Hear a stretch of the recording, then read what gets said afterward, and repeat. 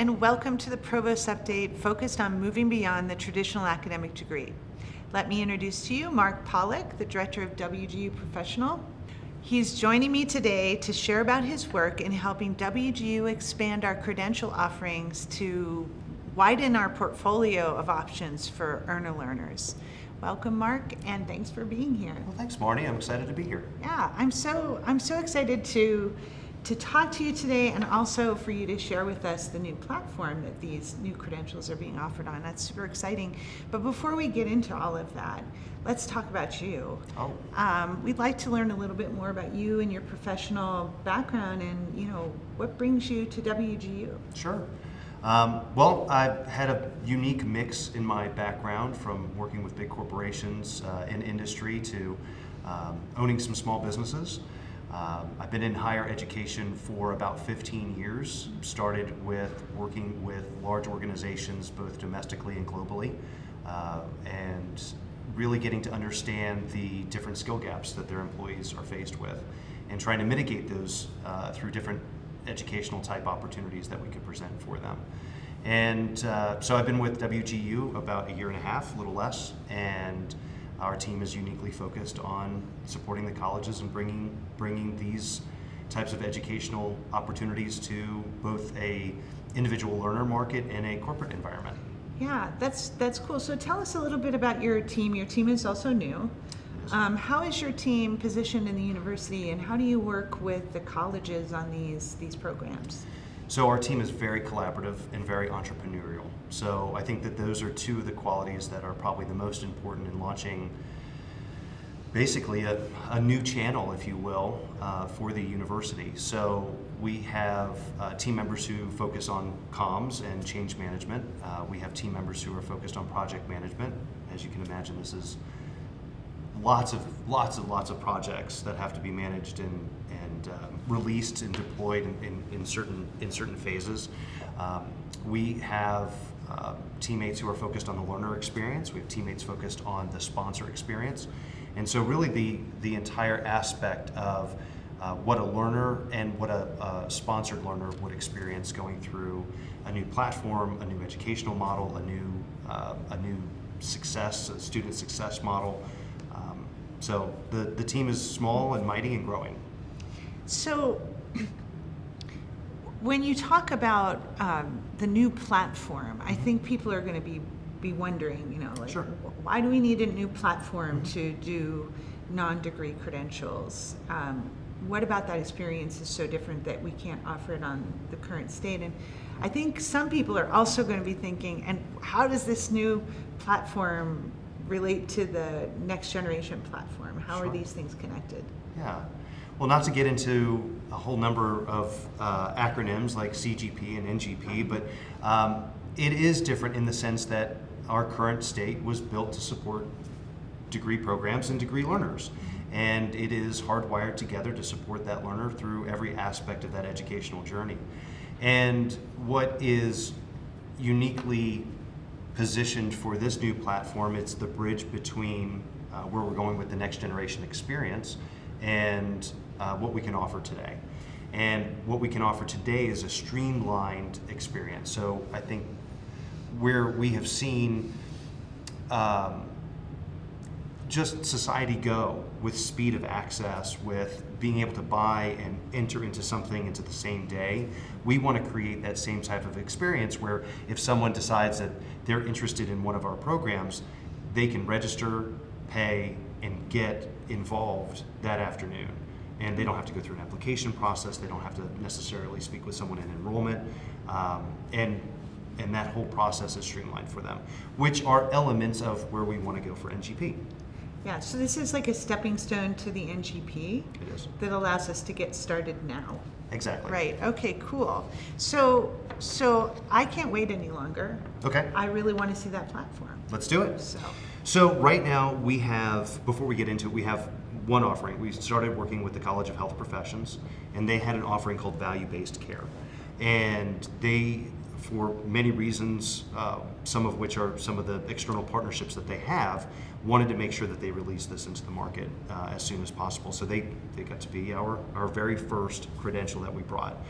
So what we're going to see today is kind of that first iteration, if you will. And where we start, and I'm going to bring it up here, you're going to see here, we're going to start at wgu.edu. So it is our own homepage. And we do this for a number of reasons. And each college will have their offerings within their own page within WGU. We do it for SEO reasons, number of marketing reasons that just make sense to start here. And so this is the big WGU website where all the degree programs are. Where everybody's familiar. Yeah. This is where we start our journey. And so you see here, we talk a little bit about the value in value-based care, easily to, the steps to get started, about the courses within this program, the program cost, how it works, everything that you would need to know. Then once someone is interested, they would click on Start Registration. Now I already have that screen pulled up. And now this is the new platform. So, branded the same, feels the same. No one would really know that there's a difference, but like you referenced, it's pro.edu or pro.wgu.edu. And because we have one program, we have branded it for just health professions. Now, College of IT has full stack engineering, that's coming down the line. College of Business has some programs that are coming down the line. We're working with teachers. So this will become more of a general feel once those programs start, because this is the home page. But excitingly, we have this to offer. So it is healthcare focused. We see the value-based care certificate here and a way to access the program. Before I access that though, we go down and we start talking about the learner experience and what learners will engage with and what their journey will be like. There's frequently asked questions.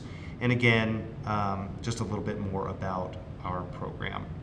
So once they've made the decision, they can actually go and get more details about the program. They would click Go to the program. So this gets into the specifics. It is 4 courses, including the orientation, and it starts right in here. So what I'll show you something different though. I'm going to log out because I'm already logged in. I'm going to show you how easy it is for someone to register. If someone wanted to register, instead of going through an application process, they would just have to fill out this information. So instead of having to go through an application process, speak with someone in enrollment, they would fill out email, name, company that they're with, how did you hear about the program, phone number and address, and they're in. They could also sign in with Google, Facebook, LinkedIn, or Twitter. Wow. And so once they do that, as you said, they could start right away. They could start immediately. Immediately. And that's on payment, or On they payment. register, they pay, and then the experience opens up to them. That's awesome. Super exciting. Yeah. So what's that experience like then? I'm sure people have in their minds kind of our community of care and our mentors and our course instructors. Are these new credentials going to be similar to our degree credentials? Do they have a different approach to that service level? That's a great question. And it's yes. So some of I think what's really going to be unique about our non-degree offerings is the fact that we can really design them with whatever support is necessary for that type of content. So if the content requires more mentor support, more course instructor support, then we can provide that. If it's more self-paced, like value-based care, we can provide that. And so there's a really unique opportunity for us to customize the level of support for these programs based on what it's going to take for our learners to be successful. Yeah, that's great, because that's another thing, as you mentioned earlier, in the current state platform that really is hardwired. It's really difficult to change terms or service levels for students, or to create longer programs, shorter programs. So this allows you to do those basic foundational things even in the MVP, it sounds like. Completely. The value-based care has a totally different community of care than anything else out of the College of Health Professions. Yeah, that's interesting. And so how does this connect to skills and competencies And when students take this, do they have a pathway then to stack it into a degree pathway, or? So, also a great question. So, one of our differentiators, and I'm not telling you anything that you shouldn't be telling me, is that we're focused on skills-based and competencies. Mm-hmm. And our non-degrees will always have that as a red thread. Value-based care or anything that we release in the future will continue to be focused in that same manner. So while some may transfer directly into a degree and be stackable, some may not, but they will always be rooted in competencies. Okay, that's great. And that's part of the way they're designed then? Correct. From start. Do you see this? A couple of weeks ago, we talked to Darren Hobbs about the Achievement Wallet and the ability to surface these sort of skills-based, competency-based achievements or micro-credentials to a wallet, a learner-owned record. Do you see this interacting with that capability over time? Completely. I think it's going to play a critical role for our learners to have these types of credentials within their wallet, because that's what employers are looking for. Yeah. They not only want to see that individuals have gone and accomplished and earned their degree, if that's what's appropriate for their industry, but they also want to be able to see and verify that the skills that they're learning through these types of credentials are available for them. Yeah, and to give, I guess, our learners windows into the job opportunities that are associated with these more agile experiences that they can get through more quickly. And that was another question I had. How long does it take to get through this particular program? This particular program slated for 4 months. Oh, okay. So much shorter than a degree. We have some on our roadmap that are a single course that a learner could potentially finish in a few weeks. Yeah.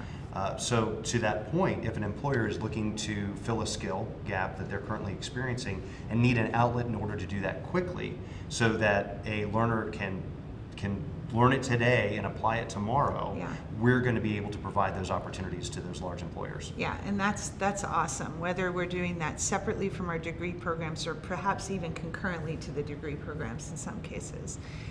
Which is another limitation that our older system, our current generation system, was not built to provide. A learner could not be in a non-degree, they could never be in two separate types of offerings. So now with this new platform, a learner could be in a degree program and a non-degree program at the same time. Yeah, that's really interesting. And this is just amazing work. And I know this is a real achieve together moment. Mm-hmm. Like, who are the, like, when we look at this, like, what are the different functions at WGUs and teams at WGU that have touched this work? Almost everybody. I'm so proud of the group that we pulled together. I was looking at a call that I put together for Mondays, and it's a cross-college non-degree offering call. And there's over 50 people on that call, and representing almost every channel: program development, ed tech, product, marketing. You know, everybody has played such a critical role throughout student success. Whether it's Darren's team or the registrar. You know, if I start naming people, I'm gonna miss so many groups of people, but truly everybody in the university has had a hand in making this successful. Oh, that's really cool. Yeah. And it's happened pretty quickly, actually, from the time you decided to do it as a kind of separate platform. It's Very quickly. just a couple of months, it seems like. Yeah, I think that's the surprising part is, we can move quickly. I think that's the other thing that in this conversation that I'd love to have with you is we as a university have the ability to move very quickly, Yeah. and we did. Once we found a platform that not only supported our current needs, but really kept us towards the North Star, Yeah. we were able to launch this in less than 6 weeks. Yeah, that's amazing. And what about the supporting? Because we know, like, you've been working with employers all your life. Mm-hmm. We know that many of these non-degree credentials are employer focused around like very targeted skills-based employer needs. How are we working with employers, now and into the future to build out a marketplace for these credentials beyond our retail marketplace? I think it's back to that partnership piece. We have got a very strong relationship with strategic partnerships and the regional teams so both Spencer and Jean's teams, to really understand where employers are today and some of the skills that they're seeing as a huge gap within their organizations, or directionally where they're trying to take their organizations post-COVID, which has changed so much. So we have to be nimble. And so we've had lots of conversations about what's not the lagging data, but what's happening right now for employers and how can we solve those issues. So we're involved in a lot of those collaborative conversations with those big employers that have just either recently become partners of ours or that are on the books to become partners of ours.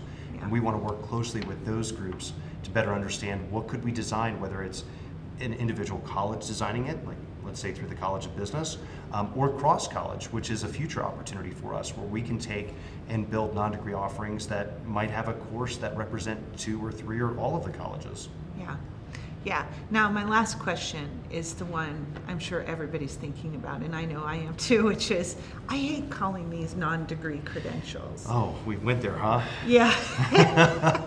And I know we've been working on sort of a framework for credentials of labor market value, but where do you think we're going with the branding and nomenclature of these into the future? It's an ongoing conversation, and I think a year and a half ago I would have thought that this would have been an easy conversation. We would have made a quick decision and said this is what we're calling them.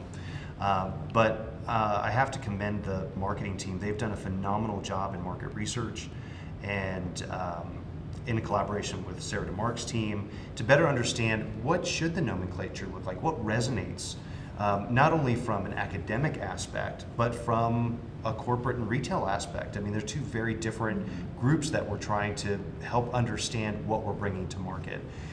And I think the other challenge that we're faced with, Marnie, is the fact that what we're bringing to market is different from what other universities and non-academic institutions are bringing to market. And because of that, I think we are thoughtful on what we call these things, because when we go full to market, we want to make sure that both employers and other academic institutions know that we are doing something different, and that ours are different. And I think that's an important piece. So where we are, I would say by the beginning part of 22, we should have what we want to call. We should announce that framework.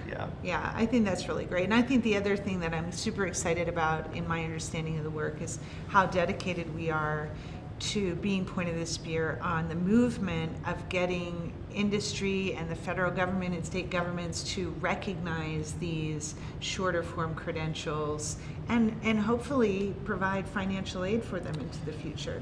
I mean, I think that's an important piece. Years ago, working with employers, they were focused on the 5250 going towards a degree.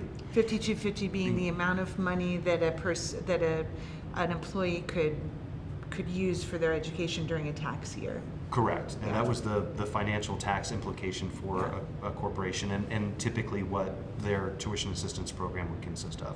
So in the past, that $5,250 would be applied towards a degree, and still is. But what we're finding now with employers is because there's such a need for filling these skills and these gaps quickly, that they're using them towards non-degree offerings. The other exciting piece is for some of our non-degree offerings that are really in this content map that we have, some may apply for Title IV funding, where they would be able to be financed that way. So some very interesting things happening in this space. Yeah, absolutely. It's moving faster than it's ever moved before, and I really thank you for your leadership in this moment. This is great progress, and we can't wait to have you back and talk more about the new offerings that are coming on in the spring. Excellent. Excited Thanks to do so it. much. Thank you, Marnie.